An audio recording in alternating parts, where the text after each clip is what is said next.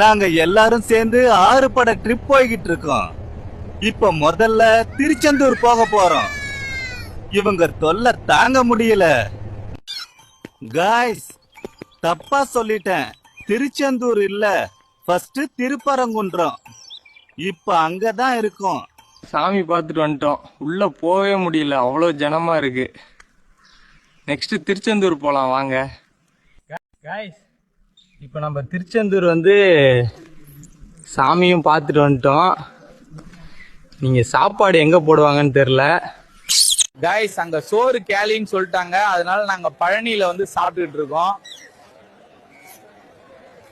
அன்னதானம் சூப்பரா இருக்கு. பழனியில நல்லா சாப்பிட்டு பஞ்சாமிர்தம் வாங்கிட்டு வந்துட்டோம்.